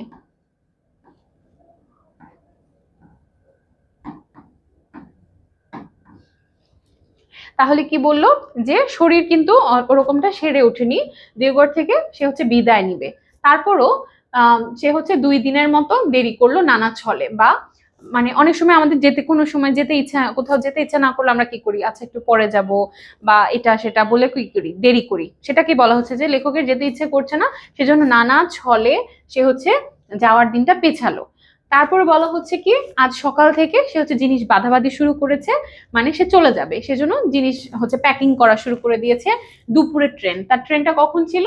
দুপুরে, ঠিক আছে? দুপুরের ট্রেনের টিকিট, তো তার যেতে হবে। গেটের বাইরে সার সার গাড়ি এসে দাঁড়ালো, সার সার বলতে বোঝাচ্ছে কি, সারি সারি গাড়ি, মানে লাইন করে গাড়ি দাঁড়িয়ে আছে, এসে দাঁড়ালো, মালপত্র বোঝাই দেওয়া চললো। অতিথি মহাব্যস্ত, মাল মানে গাড়ি এসে দাঁড়িয়েছে, গাড়িতে মালপত্র উঠানো হচ্ছে। অতিথি হচ্ছে অনেক ব্যস্ত, অনেক বিজি, কুলিদের সঙ্গে ক্রমাগত ছুটোছুটি করে খবরদারি করছে। খবরদারি করছে মানে কি, তোমরা যদি দেখে থাকো যে কুকুর বা বিড়াল যদি এরকম পালো, দেখবে যে মানে বাসায় কেউ একটা খুব তদারকি করে, ও মানে ও বুঝায় যে আমি বাসার হচ্ছে কি মানে রক্ষা করি, বাসাটাকে আমি পাহারা দিই। তো সে কুকুরটা কি করছে, কুলিদের সাথে দৌড়াদৌড়ি করে এমন খবরদারি করছে যেন দেখে মনে হচ্ছে কি যে কোনো জিনিস যেন হারিয়ে না যায়, সেটার জন্য তদারকি করছে, ঠিক আছে? তার উৎসাহই সবচেয়ে বেশি, মানে কুকুরটার উৎসাহটাই সবচেয়ে বেশি দেখা যাচ্ছে। একে একে গাড়িগুলো ছেড়ে দিল, আমার গাড়িটাও চলতে শুরু করলো। স্টেশন দূরে নয়, সেখানে পৌঁছে নামতে গিয়ে দেখি অতিথি দাঁড়িয়ে, মানে স্টেশনে যে অতিথি আগে থেকে দাঁড়িয়ে আছে। কিরে, এখানেও এসেছিস? সে ল্যাজ নেড়ে তার জবাব দিলে। কি জানি মানে তার কি, ঠিক আছে? লেখক গাড়ি করে যখন স্টেশনে গেল, স্টেশনটা বেশি দূরে ছিল না, স্টেশনে যে নেমে সে দেখে যে কুকুরটা স্টেশনে আগে থেকে দাঁড়িয়ে আছে। তো তখন কুকুরটাকে সে প্রশ্ন করছে, কি তুই এখনো যাসনি, এখনো এখানে আছিস? তখন কুকুরটা ল্যাজ নেড়ে জবাব দিল, এবং এই জবাবটার মানে কি সেটা লেখক জানেন না, সেজন্য বলছেন কি জানি মানে তার কি। এরপর হচ্ছে দেখো, টিকিট কেনা হলো, মালপত্র তোলা হলো, ট্রেন ছাড়তে আর 1 মিনিট দেরি, আর 1 মিনিট পরেই কি ট্রেনটা ছেড়ে দিবে। সঙ্গে যারা তুলে দিতে এসেছিল তারাও বকশিস পেল, সবাই পেল না কেবল অতিথি, মানে ওই যে যারা হচ্ছে মালপত্র বোঝাই করলো, লেখককে সহযোগিতা করছিল, তাদের সবাইকে কি লেখক বকশিস বা টাকা দিলেন, কিন্তু অতিথিকে দিলেন না, কারণ কুকুর আসলে টাকা দিয়ে কি করবে, সেজন্য অতিথি বকশিস পেল না। গরম বাতাসে ধুলো উড়িয়ে সামনেটা আচ্ছন্ন করেছে, যাওয়ার আগে তার ওই মধ্যে দিয়ে ঝাপসা দেখতে পেলাম স্টেশনের ফটকের বাইরে দাঁড়িয়ে এক দৃষ্টে চেয়ে আছে অতিথি। এক দৃষ্টিতে কি লেখকের দিকে অতিথি তাকিয়ে আছে, মানে পলকও ফেলছে না, এরকম এক দৃষ্টিতে তাকিয়ে আছে। ট্রেন ছেড়ে দিল, বাড়ি ফিরে যাবার আগ্রহ মনের মধ্যে কোথাও খুঁজে পেলাম না। মানে ট্রেনটা ছেড়ে দিচ্ছে, লেখক যাচ্ছে, কিন্তু তার যেন মনটা চাইছে না যে সেখান থেকে চলে যাক। কেন? কারণ এই যে অতিথির প্রতি একটা মায়া মমতা তার মধ্যে জন্মেছে, সেজন্য সে হচ্ছে মানে মনের মধ্যে কোনো আগ্রহই নেই, তার যাবার কোনো তার মধ্যে মনের মধ্যে আগ্রহই নেই। হয়তো ওর চেয়ে তুচ্ছ জীব শহরে আর নেই, কেবলই মনে হতে লাগলো অতিথি আজ ফিরে গিয়ে দেখবে বাড়ির লোহার গেট বন্ধ, ঢোকবার জো নেই, মানে ঢোকবার হচ্ছে পথ নেই বা ঢোকবার কোনো উপায় নেই, ঠিক আছে? ঢোকবার জো নেই মানে কি, ঢোকবার কোনো বাড়ির ভিতরে ঢোকার কোনো উপায় নেই, ঠিক আছে? এবং বলছে মানে লেখক কল্পনা মানে চিন্তা করছে যে এতদিন তো কুকুরটা ওখানে যে দাঁড়িয়ে থাকতো, আমার সাথে দেখা করতো, আমি সেখানে থাকতাম, কিন্তু এখন তো তাকে আর ঢুকতেই দেওয়া হবে না, ওখানে বাড়ির গেটটা বন্ধ থাকবে। বাড়ির হচ্ছে গেটটা কি লোহার ছিল, এবং এই লোহার গেটটা কি বন্ধ থাকবে, অতিথি ঢুকতে পারবে না। পথে দাঁড়িয়ে দিন 2 তার কাটবে, মানে পথে দাঁড়িয়ে হয়তো 2 দিনের মতো সে অপেক্ষা করবে, হয়তো নিস্তব্ধ মধ্যাহ্নের কোন ফাঁকে লুকিয়ে উপরে উঠে খুঁজে দেখবে আমার ঘরটা। তারপর আবার বলছে যে হয়তো অতিথি কি করবে, দুপুরবেলা সবাই ঘুমিয়ে গেলে আবারও আমার উপরে ঘরে উঠে দেখবে, খুঁজবে আমাকে। এটা লেখক বলছে। ঠিক আছে, আচ্ছা আমাদের তাহলে কিন্তু গল্পটা পড়া হয়ে গেল। লাস্টের দিকটা কিন্তু খুবই ইমোশনাল, তাই না? যে লেখকটা কুকুরের সাথে মায়ায় জড়িয়ে গেছে, এই মায়াটা হচ্ছে কুকুরের মধ্যেও জন্মে গেছে এবং লেখকের মধ্যেও জন্মেছে। কুকুরটাও হচ্ছে কি ধোঁয়ার মধ্যে দিয়ে এক দৃষ্টিতে লেখকের দিকে তাকিয়ে আছে, যে ও কিন্তু একটু একটু হলেও বুঝতে পারছে যে লেখক চলে যাচ্ছে। ঠিক আছে, তারপরেও সে 2 দিনের মতো এখানে এসে বাসায় এসে খুঁজবে লেখককে, যে সে আসলে কোথায়, হয়তো উপরে যেও দেখবে লেখক কোথায়, লেখককে খুঁজবে, কিন্তু লেখক তো চলে গেছে, লেখককে আর পাবে না। এবং লেখকেরও খুব খারাপ লাগছে এগুলো মনে করছে এবং ভাবছে যে বাসায় যেতেই তার মন চাচ্ছে না। ঠিক আছে, তারপরেও যেতে হবে, তারপরেও তাকে তার স্বাভাবিক জীবনে ফিরে যেতে হবে। এবং কুকুরটাও আস্তে আস্তে হয়তো সেই স্মৃতিগুলো আস্তে আস্তে তার ম্লান হয়ে যাবে।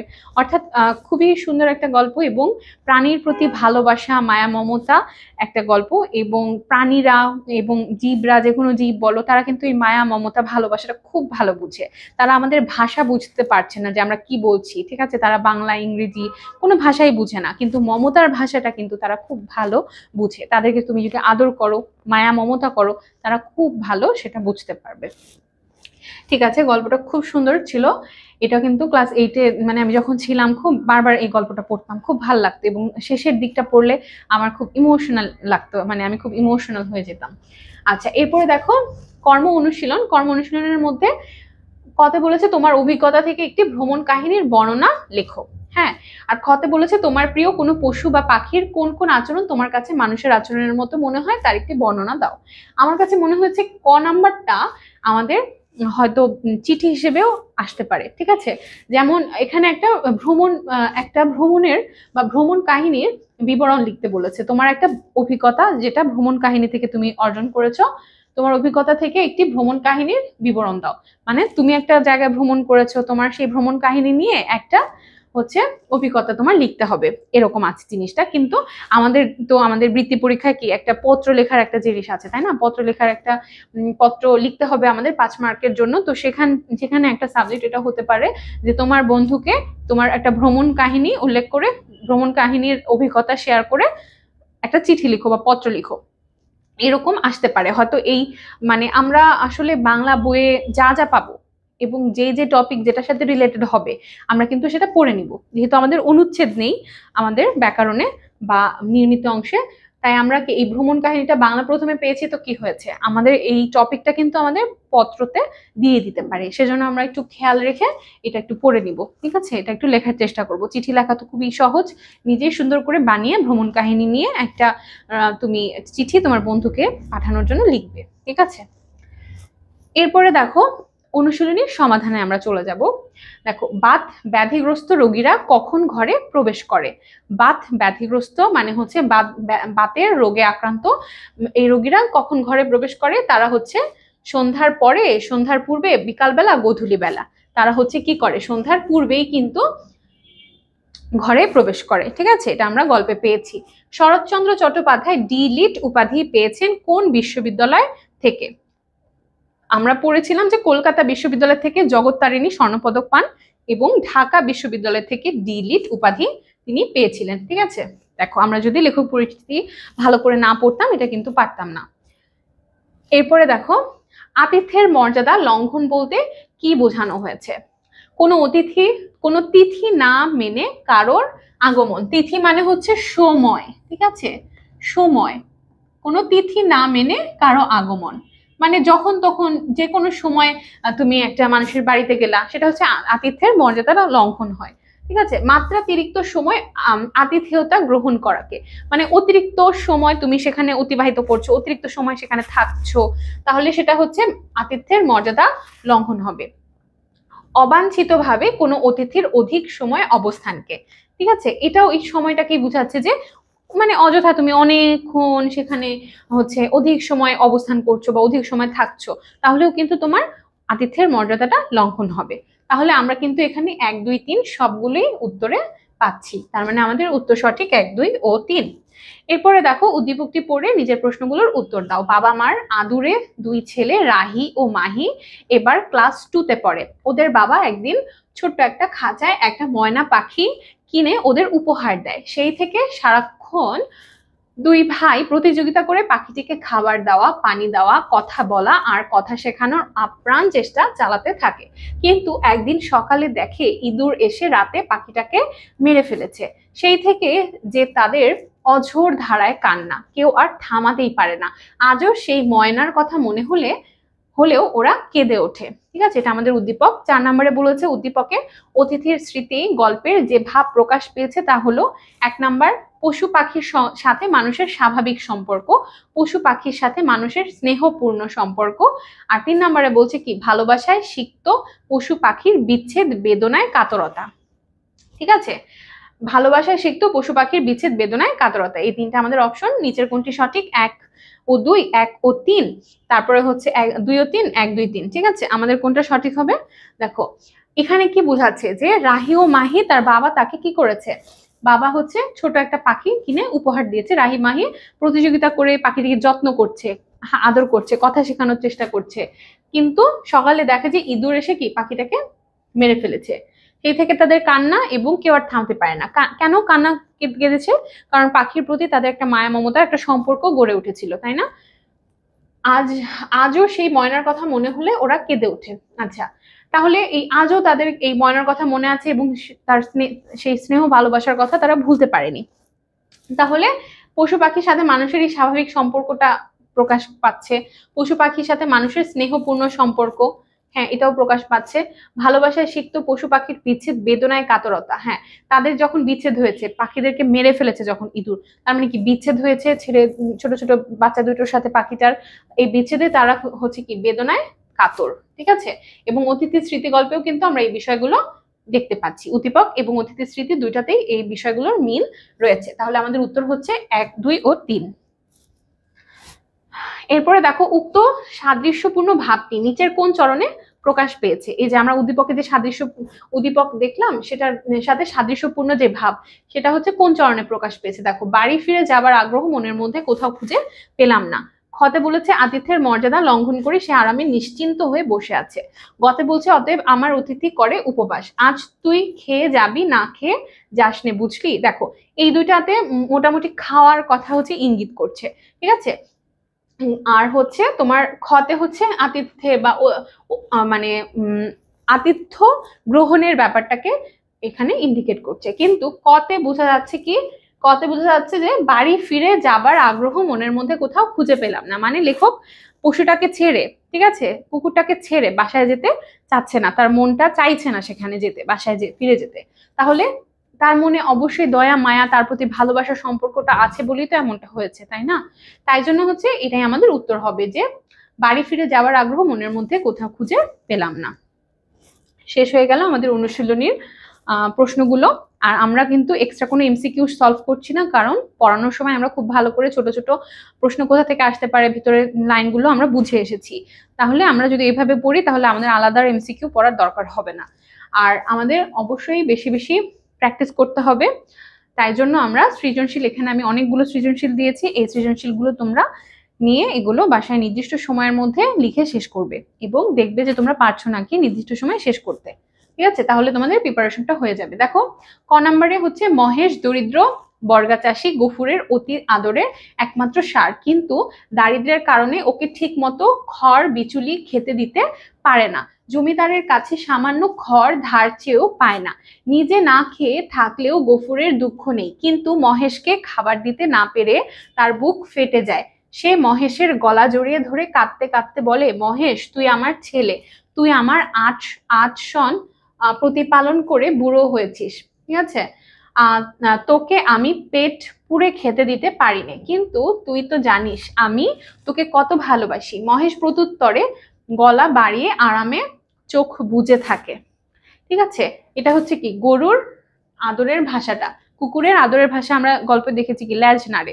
ঠিক আছে, তো কতে কি বলেছে, শরৎচন্দ্র চট্টোপাধ্যায় দেওঘরে গিয়েছিলেন কেন? শরৎচন্দ্র চট্টোপাধ্যায় দেওঘরে গিয়েছিলেন কেন? বায়ু পরিবর্তনের জন্য। ঠিক আছে, খতে বলেছে অতিথি কিছুতে ভেতরে ঢোকার ভরসা পেল না কেন? কারণ হচ্ছে প্রথম সে হচ্ছে বিশ্বাসটা অর্জন করতে পারেনি, বা প্রথমে সে বুঝতে পারছিল না ভিতরে যাবে কিনা। ঠিক ঠিক আছে, এই জন্য এটা আমরা গুছিয়ে সুন্দর করে লিখবো। গতে বলেছে কি, উদ্দীপকে মহেশের প্রতি গফুরের আচরণে অতিথির স্মৃতি গল্পে যে দিকটি প্রকাশ পেয়েছে তা ব্যাখ্যা করো। মহেশের প্রতি গফুরের আচরণে, ঠিক আছে, মহেশ হচ্ছে আমাদের সেই যে অতি আদরের একমাত্র ষাঁড়, গফুর হচ্ছে ষাঁড় এবং মহেশ হচ্ছে ষাঁড়ের হচ্ছে প্রতিপালক, মানে এখানে হচ্ছে সে পেলেছে ষাঁড়টাকে। এবং উদ্দীপকের গফুরের সাথে লেখকের চেতনার মিল থাকলেও প্রেক্ষাপট ভিন্ন। অতিথির স্মৃতি গল্পের আলোকে মন্তব্যটি যথার্থতা বিচার করো। আচ্ছা দেখো উত্তরটা আমরা কিভাবে লিখবো, আগের ক্লাসেও বলেছি সুন্দর করে পরিবেশনার একটা ব্যাপার আছে আমাদের বৃত্তি পরীক্ষায়, আমরা সুন্দর করে ব্লু কালার দিয়ে পরিবেশন করব। সৃজনশীল প্রশ্ন 1 নং প্রশ্নের উত্তর ক খ এগুলো আমরা ব্লু কালার দিয়ে লিখবো, ভিতরে লেখা ব্ল্যাক কালার দিয়ে লিখবো। আর আমরা অনুধাবনমূলক প্রশ্নটা হচ্ছে 2টা প্যারায় লিখবো, ঠিক আছে। এখানে অনুধাবনটা একটু ছোট করে দিয়েছি, তোমরা আরো 2-1 লাইন বাড়িয়ে দিতে পারো। দেখো এটা প্রথমে একটা প্যারা, এখানে আমি ছোট করে উত্তরটা যেটা মূল উত্তর সেটা লিখেছি। দেখো, নতুন পরিচয়ের সংকোচে অতিথি কিছুতে ভেতরে ঢোকার ভরসা পেল না, মানে নতুন নতুন পরিচয় হয়েছে সেই জন্য প্রথম প্রথম ঘরে ঢোকার ভরসা কিন্তু পাচ্ছিল না। হাওয়া বদলের জন্য দেওঘরে গিয়ে পথে এক কুকুরের সঙ্গে লেখকের পরিচয় হয়। পথ চলতে চলতে কুকুরের সঙ্গে লেখকের হৃদ্যতার সৃষ্টি হলেও লেখক বাড়িতে পৌঁছে গেট খুলে দিলে সে ভেতরে ঢুকতে ভয় পায়, কারণ অচেনা কুকুর বাড়িতে ভেতরে ঢুকলে অনেক সময় তাকে মারধর করে বের করে দেওয়া হয়। এই জন্যই আসলে কুকুরটা নতুন মানে তখন প্রথম প্রথম ঘরে ঢুকতে চাইছিল না, ঠিক আছে। অর্থাৎ মূল কথা হচ্ছে আমরা সুন্দর করে গুছিয়ে তো লিখবোই, 2টা প্যারায় লিখবো। প্রথম প্যারায় আমরা মূল উত্তরটা লিখবো, দ্বিতীয় প্যারায় সেটাকে একটু বিশ্লেষণ করব। আর অনেকে জানতে চেয়েছো যে সৃজনশীল প্রশ্নের আমরা কতটুকু মানে সাইজটা কতটুকু হবে, সৃজনশীল প্রশ্নের উত্তরটার সাইজটা কতটুকু হবে। ক আর খ এমন ভাবে লিখবে যাতে 2টা মানে একটা পৃষ্ঠাটা কভার হয়ে যায়, ঠিক আছে। এক পৃষ্ঠায় একটা নতুন বড় মানে একটা নতুন পৃষ্ঠার মধ্যে 1 নং সৃজনশীল প্রশ্নের উত্তর বা 1 নং প্রশ্নের উত্তর লিখে 1 লাইনে তুমি কলটা লিখবে, একটু গ্যাপ দিবে, একটু প্যারা দিয়ে, ক খ একদম লাগিয়ে লিখবে না, একটু প্যারা দিয়ে খ নাম্বারটা অর্ধেক পেজ, মানে ওই পেজের একটাতে ক লিখলে আর বাকি পেজটাতে খ লিখবে, খ 2টা প্যারা করে লিখবে, ঠিক আছে। এবং ক লিখে যখন খতে ঢুকবে তখন এরকম একটা আঙ্গুল ফাঁকা রেখে হচ্ছে তোমরা লিখবে, ঠিক আছে। 1 আঙ্গুল এভাবে ফাঁকা রেখে তারপর খ শুরু করবে, তোমার মূল খাতায় 1 আঙ্গুল ফাঁকা রেখে খ লেখা শুরু করবে। ক খ একটা পৃষ্ঠা কভার হবে পুরা, ঠিক আছে। নতুন একটা পৃষ্ঠায় গ শুরু করবে এবং গ হচ্ছে 1.5 পৃষ্ঠা লিখবে। চাইলে 2 পৃষ্ঠা 1.5 পৃষ্ঠা থেকে একটু বেশি লিখবে, 2 পৃষ্ঠা থেকে একটু কম লিখবে, এরকম একটা পরিমাণে লিখবে, ঠিক আছে। আর ঘটা যদি সময় থাকে পারো তাহলে 2 পৃষ্ঠা লিখবে, ঠিক আছে, 2 পৃষ্ঠা। আর যদি সময় থাকে বেশি ফাস্ট হাতের লেখা তোমাদের হয় তাহলে 2.5 পৃষ্ঠাও লিখতে পারো। আমি আমার সময় কিন্তু 2.5 পৃষ্ঠা করে লিখেছিলাম, বা যেটা সময় একটু কম পেয়েছি সেটা 2 পৃষ্ঠা লিখেছি, ঘয়ের ক্ষেত্রে বলছি। আর গ হচ্ছে যেটা সময় কম পেয়েছি 1.5 পৃষ্ঠা লিখেছি, মানে 1 পৃষ্ঠার পুরোটা লিখে আবার। আর আমার হাতের লেখার সাইজ কিন্তু অনেক বেশি বড় বড় ছিল না, আমার হাতের লেখার সাইজ হচ্ছে মোটামুটি ছোট ছোটই ছিল। তো আমি কিন্তু অনেক লিখেছি, ঠিক আছে। তো তোমাদেরও একটু বাংলা বেশি বেশি লিখতে হবে, এবং হাতের লেখা যাদের বড় তাদের ক্ষেত্রে সাইজটা কিন্তু এত ছোট হবে না, আরো বড় করে তাদের লিখতে হবে, ঠিক আছে। আর যাদের ক্ষেত্রে মিডিয়াম সাইজের বা একটু ছোট হাতের লেখা তারা হচ্ছে গটা 1.5 পৃষ্ঠা বা 2 পৃষ্ঠার একটু কম লিখলেই এনাফ। আর ঘ হচ্ছে 2 পৃষ্ঠা লিখতে হবে পুরোপুরি, ঠিক আছে। আর গ এবং ঘতে বলেছি যে 3টা প্যারা করতে হবে, ঠিক আছে। গ আর ঘতে 3টা বা 4টা করে প্যারা লিখবে, আর ঘতে কি শেষে একটা এন্ডিং এ একটা কি আমরা এই গল্প থেকে যেটা শিখেছি শিক্ষামূলক বাক্য অ্যাড করবে, তাহলে কিন্তু নাম্বারটা ভালো আসবে আশা করা যায়। গতে কি বলেছে দেখো, উদ্দীপকে মহেশের প্রতি গফুরের আচরণে অতিথি স্মৃতি গল্পে কোন দিকটি প্রকাশ পেয়েছে। আমাদের উত্তরটা কি, অতিথি স্মৃতি গল্পে ভালোবাসার দিকটি কিন্তু প্রকাশ পেয়েছে, বা স্নেহ মায়া মমতার দিকটি প্রকাশ পেয়েছে, যে পশুর প্রতি বা অন্যান্য জীবের প্রতি ভালোবাসার দিকটি প্রকাশ পেয়েছে। তো আমরা গতে প্রথম প্যারায় এই ছোট 1 বাক্যে, ঠিক আছে, কি করব, ছোট করে উত্তরটা লিখে দিব, যাতে টিচার দেখলে বুঝতে পারে যে আমরা আসলে সঠিক উত্তরটা গেস করতে পেরেছি। এটা গেস করতে পেরেছি মানে কি ভিতরেও আমি সঠিকই লিখবো, তাই জন্য তখন কিন্তু টিচার তোমাকে ভালো একটা নাম্বার দিবে। শুধু মানুষের সঙ্গে মানুষেরই যে মমতার সম্পর্ক গড়ে উঠতে পারে এমনটা নয়, বরং অন্যান্য জীবের সঙ্গেও মানুষের মমতার সম্পর্ক গড়ে উঠতে পারে। পশুর প্রতি মানুষের এই মমতাবোধের বিষয়টি ফুটে উঠেছে উদ্দীপক এবং অতিথি স্মৃতি গল্পে। তারপরে অতিথি স্মৃতি গল্প এবং তোমার উদ্দীপক মিলিয়ে তোমরা কি করবে, এটা সুন্দর করে বিশ্লেষণ করবে, প্যারা প্যারা করে 3টা প্যারা করবে, ঠিক আছে। প্রথম প্যারায় একটা ছোট এই উত্তরটা 1 লাইনের জন্য, দ্বিতীয় প্যারাটা একটু মোটামুটি বড় করবে, তোমার পঠিত যে গল্প সেটা আগে লিখবে, তারপর উদ্দীপকটা নিজের মতো করে লিখবে, উদ্দীপক যেটা দেওয়া আছে হুবহু সেটা তুলবে না, তারপর গুছিয়ে লিখবে এবং শেষে এন্ডিং দিবে, ওকে। আর যখন তুমি অতিথি স্মৃতি গল্প থেকে লিখছো, তখন তুমি ব্লু কালার দিয়ে লিখতে পারো যে অতিথি স্মৃতি গল্পে পাই, বা অতিথি স্মৃতি গল্পে যে লেখক শরৎচন্দ্র চট্টোপাধ্যায় বলেছেন, বা শরৎচন্দ্র চট্টোপাধ্যায়ের এরকম করে এটা ব্লু কালার দিয়ে তুমি কোটেশনের মতো দিতে পারো যে অতিথি স্মৃতি গল্পে, এই যে আমি যেরকম দিয়েছি অতিথি স্মৃতি গল্পে এভাবে দিয়ে কমা দিয়েছি, এটা ব্লু কালারে লিখেছি। আবার তোমরা চাইলে এভাবে লিখতে পারো অতিথি স্মৃতি গল্পে দেখা যায় যে, ঠিক আছে, এরকম করে ব্লু কালার দিয়ে সেই কথাটা লিখতে পারো। আবার যখন উদ্দীপকটা উল্লেখ করছো তখন লিখো যে উদ্দীপকে দেখা যায় যে, সেটাও ব্লু কালার দিয়ে লিখতে পারো, ঠিক আছে। এরপর হচ্ছে এই তো শেষে এন্ডিং দিবে। এন্ডিং এ যে যদি তুমি এই কথাগুলো ব্যবহার করতে চাও যে সুতরাং বলা যায়, ঠিক আছে, যদি এরকম কথাগুলো ব্যবহার করতে চাও, সুতরাং বলা যায় যে, এই কথাটা, বা লিখতে যদি চাও যে তাই বলা যায় যে, তাই বলা যায় যে, ঠিক আছে, বা পরিশেষে বলা যায় যে, পরিশেষে বলা যায়, এটা একটু ওল্ড ফ্যাশন, এই কথাগুলো ব্যবহার করলেই ভালো, ঠিক আছে। কিন্তু প্রত্যেকটা সৃজনশীলে যে শুধু এটা সুতরাং বলা যায় তাই বলা যায়, সুতরাং বলা যায় তাই বলা যায় এরকম দাও, তাহলে কিন্তু পৃষ্ঠা উল্টে যখন আমরা টিচাররা পড়বো তখন কি আমাদের ভালো লাগবে না, ঠিক আছে। এই জন্য একটু বুদ্ধি করে সেন্টেন্স গুলো ওইভাবে অ্যাপ্লাই করবে, যে কোনোটাতে দিলে না কোনোটাতে দিলে, এরকম করে একটু বুদ্ধি করে উত্তর করতে হবে। ক্লিয়ার? এরপরে একইভাবে ঘত বললামই, সুন্দর করে বুঝিয়ে প্রথমে একটা প্যারায় হচ্ছে কি করবে, এরকম মন্তব্য থাকলে সেই মন্তব্যটাও ব্লু কালার দিয়ে লিখতে পারো, সুন্দর লাগবে দেখতে। আর হচ্ছে এভাবে অতিথি স্মৃতি গল্পে দেখা যায়, উদ্দীপকে দেখা যায়, এগুলো ব্লু কালার দিয়ে কোটেশনের মতো করে লিখবে।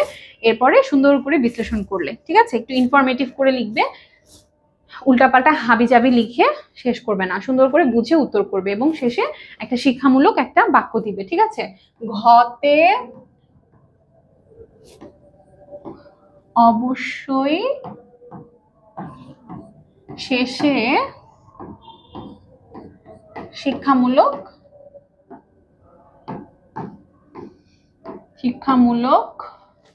বাক্য ব্যবহার করবে, ঠিক আছে, বাক্য ব্যবহার করবে।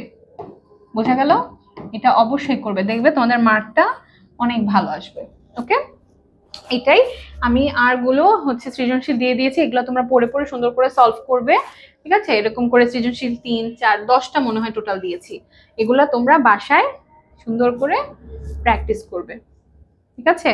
এগুলো বাসায় প্র্যাকটিস করলে এখান থেকে যেরকমই আসুক পারবে, ঠিক আছে। এটা তোমাদেরকে দিয়ে দেওয়া হবে, তোমরা সুন্দর করে এই ম্যাটেরিয়ালটা নিয়ে সৃজনশীল প্রশ্নের উত্তরগুলো বাসায় বেশি বেশি প্র্যাকটিস করবে। আমাদের কিন্তু বৃত্তি পরীক্ষার জন্য সময় খুবই কম, এর জন্য তোমরা বেশি বেশি করে পড়ে পড়ে প্র্যাকটিস করবে এবং নির্দিষ্ট সময়, পরীক্ষায় যেরকম 3 ঘন্টা থাকবে সব কিছু সলভ করতে হবে, এরকম করে প্রতিদিন একটা মডেল কোশ্চেনের মতো করে পরীক্ষা দাও। প্রতিদিন বহু নির্বাচনী প্রশ্ন 20টা সলভ করো, নির্দিষ্ট সময়ের মধ্যে সৃজনশীল 40 মার্কের যে 4টা আছে সেটা লিখো, বর্ণনামূলক প্রশ্নগুলো লিখো, ঠিক আছে। এরকম করে নির্দিষ্ট সময়ের মধ্যে দেখো যে 3 ঘন্টা বা 3 ঘন্টার কম সময়ে শেষ করতে পারছো কিনা, এবং এই বিষয়গুলো মাথায় রেখে করো, খাতা নিট অ্যান্ড ক্লিন হচ্ছে কিনা নিজে নিজে নিজেকে যাচাই করো। দেখবে যে পরীক্ষার হলে যখন বসবে পরীক্ষাটা কিন্তু খুব ভালো হবে এবং ইনশাল্লাহ তুমি বৃত্তি পাবে, ঠিক আছে। এজন্য বেশি বেশি চর্চা করো। তো আজকের ক্লাসটা এই পর্যন্তই, যদি কোনো সমস্যা থেকে থাকে তাহলে কমেন্টে জানাবে, আমরা অবশ্যই উত্তর করে দিব। বেশি বেশি পড়তে থাকো এবং ক্লাসগুলো তোমার ফ্রেন্ডদের সাথেও শেয়ার করো, যাতে করে তারাও আমাদের সাথে ভালো করে ক্লাস করে পড়াগুলো বুঝে নিতে পারে, ঠিক আছে। আল্লাহ হাফেজ।